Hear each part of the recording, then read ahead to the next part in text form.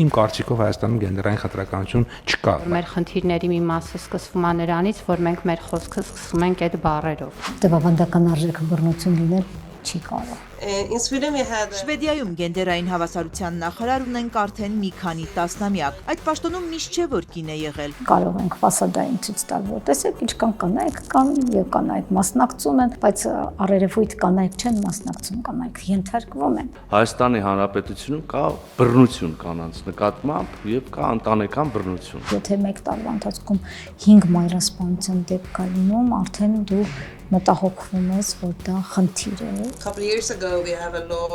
Մի քանի տարի առաջ էլ մենք ընդունեցինք այսպես կոչված համաձայնության օրենքը, ըստ որի եթե անձը չի տվել սեռական հարաբերության համաձայնություն, դա համարվում է բռնաբարություն։ Մի բան, որ կարող է աշխատել իրենց մոտ, կարող է ընդհանրապես չաշխատել մեզ մոտ։ Մի ծրագիր կա, կոչվում է «Կանգ առ, սա իմ մարմինն է»։ Այն նախատեսված է մանկապարտեզների համար։ Կրթության միջավայրում մենք տանուլ ենք տվել։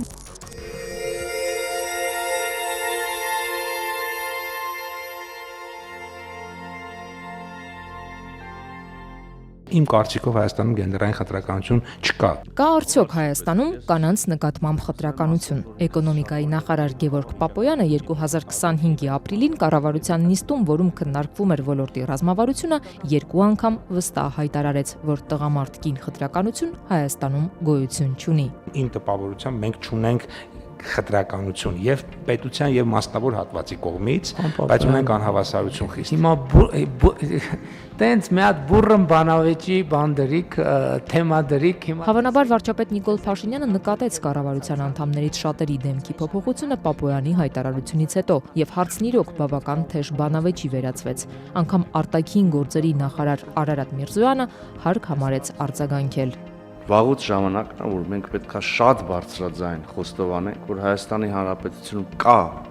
խտրականություն կանանց նկատմամբ եւ հավելին ասեմ, շատ ավելի վատ, Հայաստանի Հանրապետությունում կա բռնություն կանանց նկատմամբ եւ կա ընտանեկան բռնություն։ Կրթության նախարար Ժաննա Անդրեասյանն ավելի կտրուկ էր, վիճակը լավ չէ ու նաեւ հենց այն գնահատականի պատճառով, որ համոզված պնդեց Պապոյանը։ Բացարձակ համաձայն չեմ պարոն Պապոյանի այն դիտարկման հետ, որ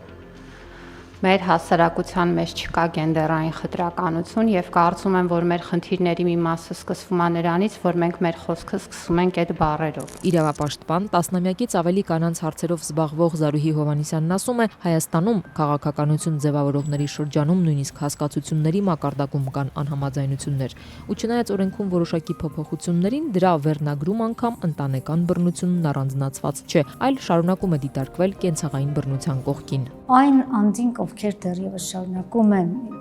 ունենալ օրենքները ընդունելու իշխանություն, դեռևս հստակ չեն պատկերացնում ինչ է նշանակում ընտանեկան բռնություն, ինչու այն չպետք է զուգորդել կենցաղային բռնություն տերմինի հետ, ամբողջ օրենքի վերնագրից սկսած մինչև տերմինաբանություն զուգորդել են ընտանեկան բռնությունը կենցաղային բռնության հետ։ Ինչու են դա արել, դա պատկերացումների խնդիր է, որովհետև որքան պայքարեցինք, ասացին քաղաքական հարց է, այլևս չենք կարող դրան անդրադառնալ։ Այսինքն, եթե նույնիսկ հասկացությունը դեռևս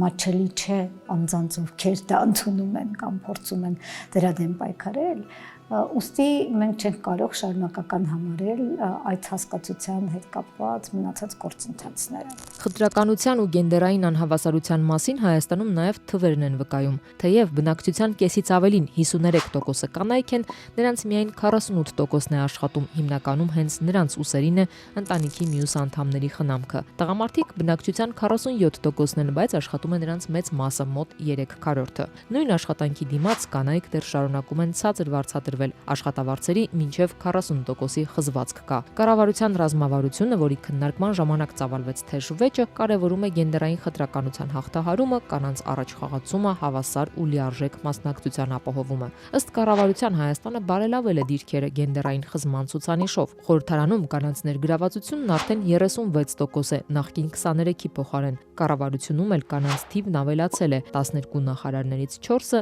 ներքին գործերի, արդարադատության, կրթության եւ առողջապահության նախարարները կանայք են։ Կանայք են նաեւ գլխավոր դատախազն ու մարդու իրավունքների պաշտպանը, բայց Զարուհի Հովհաննիսյանը քանակականի կողքին որակական փոփոխություն չի տեսնում։ Եվ եթե նույնիսկ նախարարները ուժային են եւ ուժային նախարար կանայք թույլ են տալիս, որ Հայաստանում կալանավորված անձանց թիվը այդքան բարձր լինի, բանտերում մահացության թիվը բարձրանա, այդքան շատ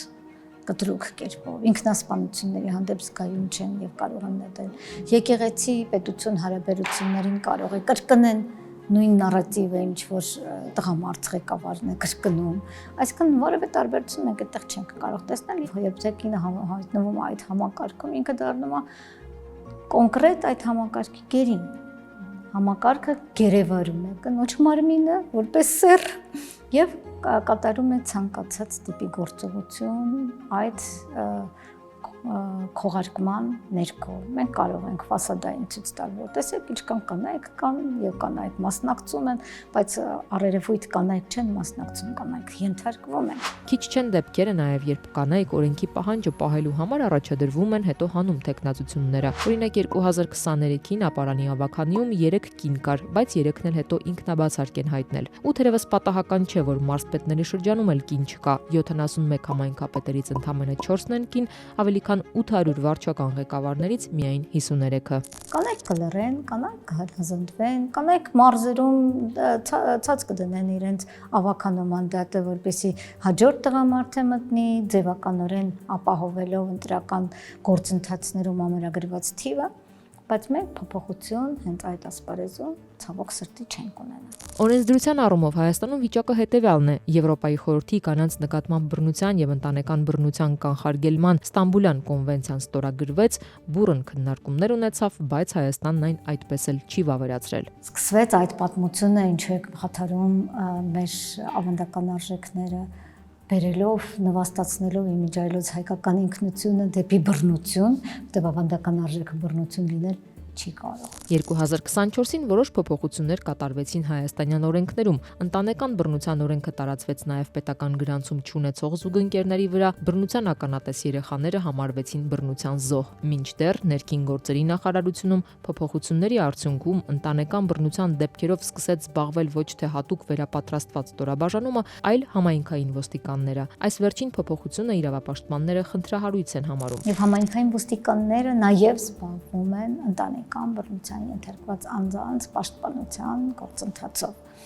ինչը մեզ համար բավական մեծ մարտահրավեր է։ Այդ անձինք իհարկե փորձարվեց արագացված վերապատրաստումներ իրականացնելու, բայց պատկերացրեք իրավիճակ 1-2 վերապատրաստման կամ 1-2 օրվա ընթացքում այդ հսկայական գիտելիքը նաև պետք է հաշվի առնել, որ զգայունությունը այդ խնդիրների վերաբերյալ միայն գիտելիքով չի փոխանցվում, նաև դա փորձառություն է, որ անընդհատ տեսնում ես հարաբերություններ, ընտանեկան բռնության ենթարկված անձինքի վերջո ժխտողականությունից պիտի անձը իր պատկերացումները փոխի, եւ մենք իհարկե ունենում ենք բավական լուրջ խնդիրներ, որովհետեւ համայնքային ոստիկանները այդքան էլ զգայուն չեն կանանց նկատմամբ բռնության խնդիրների վերաբերյալ, մարզերում էլ ավելի դժվար է դա։ Դատական համակարգը շարունակում է մնալ ոչ զգայուն գենդերային հարցերում, բացի այն, որ ըստ իրավապաշտպանների կալանքն ընդհանրապես բավական հաճախ է կիրառվում որպես խափանման միջոց, հաճախ հաշվի չի առնվում անչափահաս երեխաների առկայությունը։ 2025-ին աղմուկ հանեց հատկապես 8-ամսական երեխա ունեցող կնոջ կալանավորումը, ում երեխան էլ փաստորեն ստիպված էր օրեր շարունակ մնալ բանտային պայմաններում։ Չի արել, ընդհանրապես մեկ անգամ բացառել է դատական նիստից։ Իսկ երկրորդ անգամ որ գնացել են իրեն բերման ենթարկելու, ինքը այդ երկրորդ նիստի համար ընդհանրապես ծանոթություն չի ստացել, չի իմացել, որ տեղի է ունենալու ինչ որ մի նիստ Կալանքը փոխվեց միայն երբ հանրության շրջանում մեծ աղմուկ բարձրացավ։ Զարուհի Հովհաննիսյանը, որ շատ դատական նիստերի է հետևել, ասում է, այս համակարգն ամենաքիչն է վերապատրաստված։ Շատ դատավորներ կանանց իրավունքների խախտումները լուրջ չեն ընկալում եւ իրենց կարծրատիպերը վերարտադրում են դատական նիստերի ընթացքում։ Դատավորներ կային, որոնք մեր մշտադիտարկած դատական նիստերի ժամանակ ասում են, հայ չանենք խփելա, ես էլ եմ կնոջս երեք մի հատ սիլել, որովհետեւ ճաշուշ բերեց, այսպես շատ հանգիստ եւ դրան չի հետեւում որևէ գործառույթ, գործընթաց, որ իրեն առնվազն նկատողություն որևէ արվի կամ ինչ-որ սանկցիա կիրառվի։ Դատավորներ կան, կնոջը կարող է ասեն սանձեն, ասեն հա չես տեսնում, որ ամուսինը դա այսպես է, այնպես է։ Դատավորներ կան, որ երեխաների նկատմամբ շատ վստահ են եւ հակառակը սոլիդար են հայրերի հետ, նույնիսկ եթե այդտեղ բռնության երևույթ կա։ Մինչ այդ ընտանեկան բռնության եւ կնասպանության դեպքերը պարբերաբար սարսափելի ողբերգությունների տեսքով հայտնվում են հանրության առաջ։ Հայաստանում կնասպանության դեպքերի ճշգրիտ վիճակագրական տվյալներ չկան, բայց իրավիճակին հետևող հասարակական կազմակերպությունները պարբերաբար զեկույցներ են պատրաստում։ Վերջինի համաձայն 2022-ից 24 թվականների ընթացքում կնասպանության 39 դեպք է գրանցվել։ Ստացվում է միջինում Հայաստանում յուրաքանչյուր ամիս առնվազն 1 կին բռնության զոհ է դառնում։ Ընդ որում բռնարարների մեծ մասը ընտանիքի անդամներ են, ներկա ու նախկին ամուսիններ, զուգընկերներ, որդիներ։ Վերջերս նաև ավելի հաճախ ենք լսում ընտանիքում երեխաների բռնությունների մասին։ Վերջին սահմռկեցուցիչ դեպքը անցած տարի էր, երբ փրկարարներն ու կամավորները օրեր շարունակ որոնում էին 3 տարեկան Տիգրանին, ապա նրա սպանության մեղադրանքով ձերբակալվեց հայրը։ Նշեցիք երեխաների սպանությունները, ես կարող եմ ավելացնել մայրասպանության դեպքերը, որոնք իսկապես շատացել են, եթե առաջ զուգընկերային հարաբերություններում էր հիմնականում լինում կնասպանության դեպքերը, այժմ որդին սպանում է մորը եւ դա հայ հասարակության մեջ իսկապես նոր երևույթ է, դա եզակի երևույթ է եղել եւ եթե մեկ տարվա ընթացքում 5 մայրասպանության դեպք կա լինում, արդեն դու մտահոգվում ես, որ դա խնդիր է եւ դա նաեւ բռնություն է զուգորդված նաեւ տարեց անձանց նկատմամբ, որովհետեւ 60-ից բարձր անձանց մասին է խոսքը եւ միևնույն ժամանակ արդեն ուզում ես դիտարկել, թե ինչն է խաթարվել մեր հարաբերություններում։ Իրավապաշտպանն ասում է, այստեղ խորքային հետազոտություններ են անհրաժեշտ հասկանալու խնդիրն ու կանխարգելելու, քանի որ շատ բարդ է ընտանեկան բռնության այսպիսի դեպքերը ժամանակին արձանագրելը։ Որովհետեւ եթե օրինակ կանայք զանգահարում են եւ ահազանգում են բռնության մասին, մայրերը երբեք չեն ահազանգում։ Մայրերը դիտարկում են, որ դա իրենց երեխան է, ինչպես իրենք կարող են երեխային մատնել ոստիկանությանը, հանձնել ոստիկանությանը եւ այստեղ շատ լուրջ աշխատանք է պետք տանել նաեւ այդ խմբի, որը մեկուսացած է, իդեպ աշխատանքի չի գնում, եթե կինը գնում է աշխատանքի, որևէ անձ կարող է տեսնել նրա կապտուկը, մայրը ոչ միտեղ չի գնում բացի խանութից, որտեղ նույնիսկ կարող է չնկատեն դա։ Ոստի մենք պետք է հստակ կարողանանք մշակել հասարակության տարբեր շերտերին ուղղված քաղաքականություններ եւ աշխատանք եւ այդ խմբերին հասանելիություն տալ նաեւ պաշտպանության միջոցների։ Մինչ այդ անգամ ոստիկանություն դիմողների դեպքում երբեմն օգնությունը երաշխավորված չէ։ Անցած տարեվերջին Զովոնու դպրոցի հարևանությամբ նախկին ամուսինը պայթեցրել էր կնոջը, ապա ինքնասպան եղել։ Մինչ այդ կինը 7 անգամ ահազանգել էր իրավապահներին։ Իսկ որտեղ է պետությունը հաջողել։ Իրավապաշտպանն ասում է, կարելի է սոցիալական աջակցության ոլորտն առանձնացնել։ Օրինակ սոցիալական ոլորտում փորձ է արվում առնվազն անվճար ծառայությունների հնարավորություն տալ տուժածներին, բայց մենք պետության կողմից այո բոլոր մարզերում արկա են աջակցության կենտրոններ, որոնք ծառայություն են մատուցում ընտանեկան բռնության ենթարկված անձանց, տրամադրում են հոգեբանական, իրավական եւ սոցիալական աջակցություն։ Միևնույն ժամանակ այս տարվանից պետությունն ներդնելու է բռնարարի ռեաբիլիտացիայի ծրագիրը, որը արդեն հնարավորություն կտա բռնարարների հետ աշխատել նրանց վարքային փոփոխության վրա, ինչը եւս առաջընթաց է։ Իսկ գլոբալ փոփոխությունների հնարավոր է հասնել, եթե պետությունն ուշադրություն դարձնի կրթությանը։ Այս ոլորտում Զարուհի Հովհաննիսյանը ամենամեծ ձախողումն է տեսնում։ Կրթության միջավայրում մենք տանուլ ենք տվել եւ մենք չենք կարողանում այդ միջավայրում փոխել պատկերացումներ, տալ առողջ հարաբերությունների վերաբերյալ գիտելիքներ, օրինակներ, սկսած մենք մեկ կարծում ենք, թե դա առանձին դասընթացի բան է, բայց դա կրթական բովանդակության խնդիր է, ոչ թե առանձին դասընթացի։ Այն գրականությունը, որը մենք անցնում ենք, պիտի վերլուծվի հենց այդ ծիրում։ Այն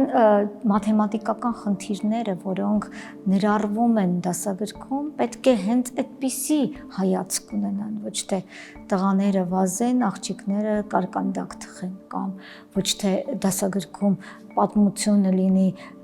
բռնության տեսարան եւ դա վերլուծվի որպես մեր ավանդական ապրելակերպ։ Ի վերջո մենք ցանկացած այդպիսի պատմություն, որը գրել է հայ գրողը, սկսենք նույնիսկ Թումանյանի գրական ստեղծագործություններից վերջացրած Շիրվանզադեի ստեղծագործությամբ, դրանք գրվել են նրա համար, որպեսզի քննադատական հայացք լինի։ Ինչպես ենք մենք դա մատուցում։ Մենք այդտեղ իհարկե տանուլ ենք տվել եւ սերունդները դեռևս արտադրվում են նորմալիզացնելով բռնությունը։ Երկրորդ ոլորտը, որը շարունակում է վերարտադրել բռնության եւ խտրականության մշակույթը, մեդիան է։ Այստեղ կարգավորումներ անելը շատ բարդ է։ Բռնությունը, խտրականությունը եւ շարունակական այդ խտրական պատկերացումը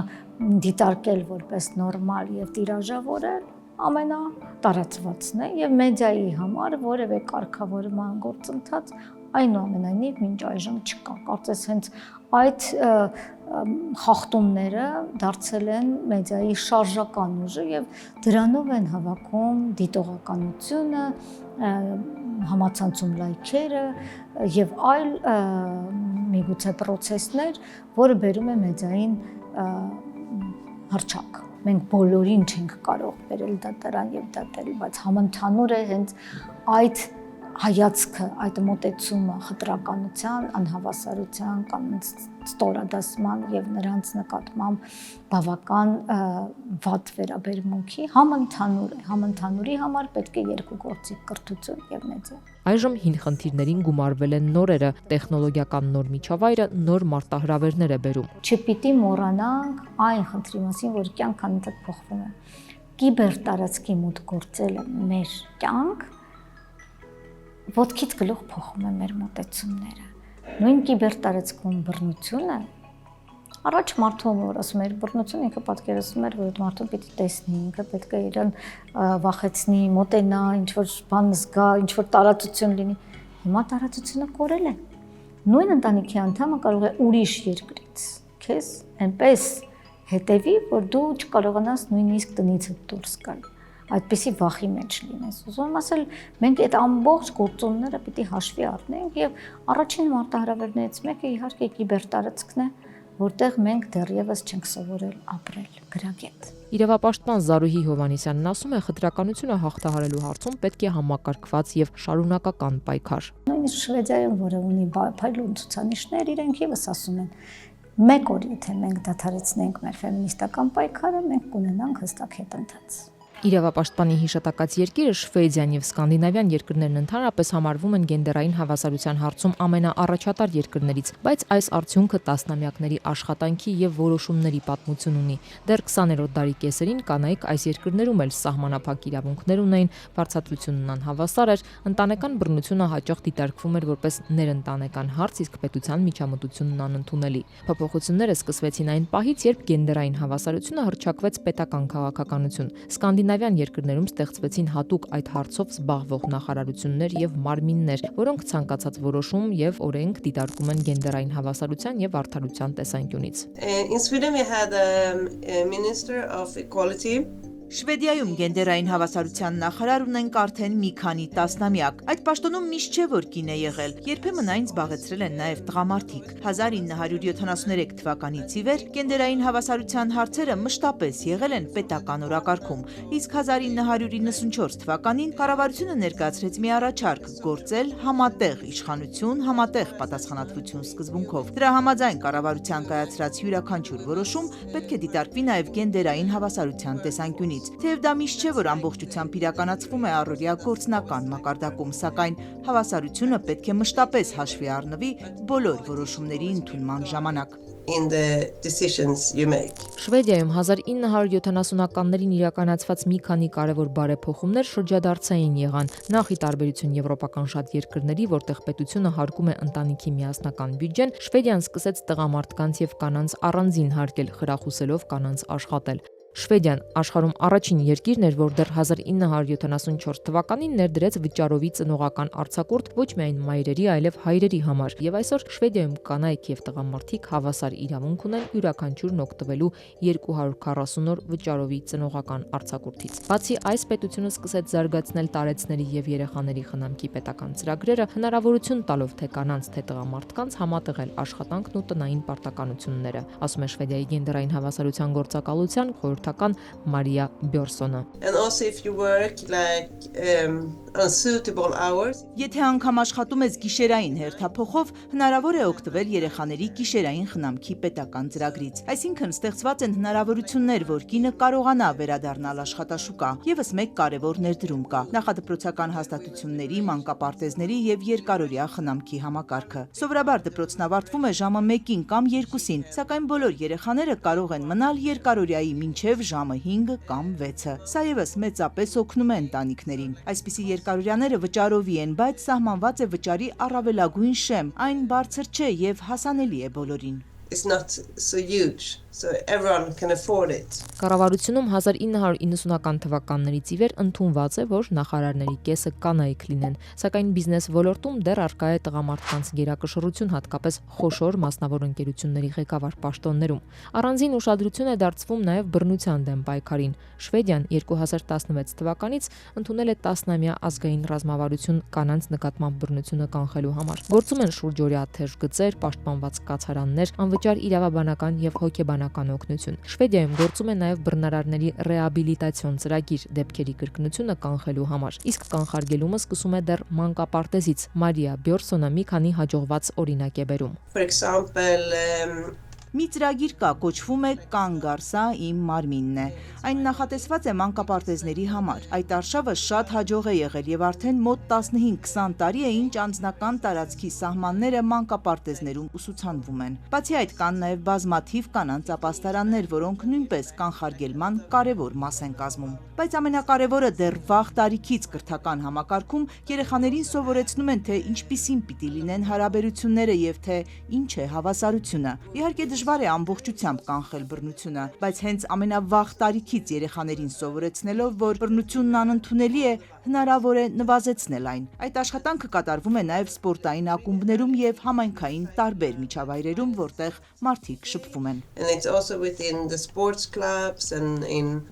different areas where the people are. Սա չի նշանակում, որ խնդիրներ չկան։ Մի քանի տարի առաջ լրատվամիջոցներն ու հասարակական կազմակերպությունները սկսեցին խոսել այսպես կոչված սկանդինավյան պարադոքսի մասին, թեև սկանդինավյան երկրները շատ բարձր դիրքեր ունեն գենդերային հավասարության ինդեքսում, բայց կանանց նկատմամբ զուգընկերային բռնության մակարդակն էլ է բարձր, ավելին, քան Եվրամիության միջին ցուցանիշը։ During the Christmas holiday, there were two. Հենց այս Սուրբ Ծննդյան տոների ընթացքում Շվեդիայում 2 կին է սպանվել։ Հենց հիմա այդ հարցը կարելի է ասել հանրային ու քաղաքական քննարկումների կիզակետում է։ Շվեդիայի վարչապետը հատուկ խորհուրդ է ստեղծել ամենախոշոր պետական կառույցների ներկայացուցիչներին ներգրավել այդ խորհրդում, հասկանալու թե ինչպես իրականում կանխել տղամարդկանց բռնությունը կանանց նկատմամբ։ Really prevent men's violence against women. Իսկ ո՞րն է այսպիսի բարեփոխումների հիմնական խթանը։ Արդյոք դա հասարակության պահանջն է, թե կառավարության կամային որոշումների արդյունքը։ Մարիա Բյորսոնն ասում է, երկու երևույթն էլ զուգահեռաբար գոյություն ունեն։ Sometimes the law is before the cultural change. For example, when the law banned like physical punishment for children. Երբեմն օրենքն է նախորդում մշակույթի փոփոխությանը, երբեմն հակառակը օրենքն ընդունվում է, երբ հանրության մեջ այդ պահանջը դառնում է շոշափելի։ Օրինակ, երբ օրենքով արգելվեց երեխաների ֆիզիկական պատիժը, շատերը դեռ կարծում էին, որ երեխաներին ֆիզիկապես պատժելը նորմալ է, բայց արգելքից հետո ձևավորվեց զրոյական հանդուրժողականություն։ Մինչդեռ սեռական ծառայությունների հարցում հանրության ընկալումներն են վերացվել օրենքի։ Շվեդիայում հասարակության մեծ մասի համար անընդունելի է, որ տղամարդը սեռական ծառայություն գնի կնոջից։ Ուստի օրենք ընդունվեց, որով մարմնավաճառները համարվում են բռնության ու շահագործման զոհեր, իսկ սեռական ծառայություն գնողը քրեական պատասխանատվության է ենթարկվում։ A law into its place, and a couple of years ago we have a law, it's called the consent law. Մի քանի տարի առաջ էլ մենք ընդունեցինք այսպես կոչված համաձայնության օրենքը, ըստ որի եթե անձը չի տվել սեռական հարաբերության համաձայնություն, դա համարվում է բռնաբարություն, եւ այս դեպքում եւս մշակութային փոփոխությունը նախորդել է օրենքին։ Enforce the law to come into place. Իսկ ինչ կարող է Հայաստանը վերցնել Շվեդիայից։ Մարիա Բյորսոնն ասում է, իրենց երկրում շատ ուժեղ են հասարակական կազմակերպությունները, որոնք հիմնականում առաջ են տանում թե օրակարգը, թե ապաստարաններ ստեղծում, թե օրենսդրական փոփոխություններ նախաձեռնում։ Women shelters and hotlines where women can Կարծում եմ, որ կանանց նկատմամբ բռնությունը արդյունավետ հաղթահարելու համար 3 գլխավոր առաջնահերթություններ պետք է լինեն՝ կանանց ապաստարաններ, թեժ գծեր եւ իհարկե օրենսդրական փոփոխություններ, մասնավորապես վերցնել Ստամբուլի կոնվենցիան ու դրանից բխող փոփոխություններ կատարել օրենքներում։ and to incorporate that in Armenian laws. Հայաստանը կարող է ուսումնասիրել բոլոր երկրների հաջողված փորձը, ասում է իրավապաշտպան Զարուհի Հովհաննիսյանը, բայց դրանք համաձայնեցնել հայաստանյան իրականության հետ։ Մենք բոլորից պետք է սովորենք, բայց տեղայնացնենք իհարկե, որովհետև ազգային պատկերացումները, մենտալիտետ կոչվածը ոչ ոք չի բացառում։ Եվ այս մի բան, որ կարող է աշխատել իրենց մոտ, կարող է ընդհանրապես չաշխատել մեզ մոտ։ Նույնիսկ սոցիալական գովազդի տարբերակները դիտարկենք, եթե ուղղակի թարգմանենք սոցիալական գովազդը եւ ցուցադրենք հայ հասարակության մեջ, դա նույնիսկ կարող է չընկալվի, որովհետեւ այդպիսի երևույթ, ասենք, կարող է հայ հասարակության մեջ չլինի։ Այստեղ շատ կարեւոր է նաեւ լսել տուժողներին։ Երբ դու լսում ես տուժողներին, դու կարողանում ես վերհանել, թե ինչն է իսկապես իրենց համար օգտակար։ Կաբինետներում նստած մարդիկ, որոնք երբևէ չեն ունեցել այդ փորձը, շատ դժվար կլինի ընկալեն, հասկանան եւ ինչ որ բան, իրենք կարող են փոխարել, ուղղակի ավտոմատիկ կերպով վերցնել, դնել այստեղ եւ ասել դե հիմա այս մոդելով աշխատել։ Եվ դա շատ կարեւոր է, որպեսզի մենք ունենանք այդ զգայունությունը եւ այդ գիտելիքը տեղայնացնելու հնարավորությունը։ Գենդերային հավասարությունն ամրագրել ոչ թե որպես հռչակագրային, այլ պարտադիր պետական քաղաքականություն։ Օրենքների, ռազմավարությունների եւ բյուջեի վրա կիրառելով գենդերային ազդեցության գնահատում։ Կառավարության ներսում սահմանել հստակ պատասխանատվություն լիազոր մարմին կամ համակարգող կենտրոն։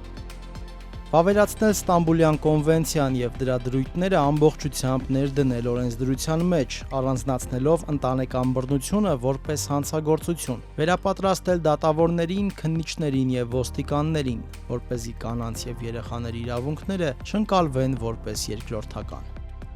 Կանանց ներգրավվածությունը քանակական ցուցանիշներով սահմանափակելու փոխարեն ստեղծել իրական մեխանիզմներ որոշում կայացնելու համար, հատկապես մարզերում եւ տեղական ինքնակառավարման մակարդակում։ Նվազեցնել աշխատավարձերի տարբերությունը եւ ապահովել կանանց աշխատանքի վերադարձը խրախուսող ծրագրեր։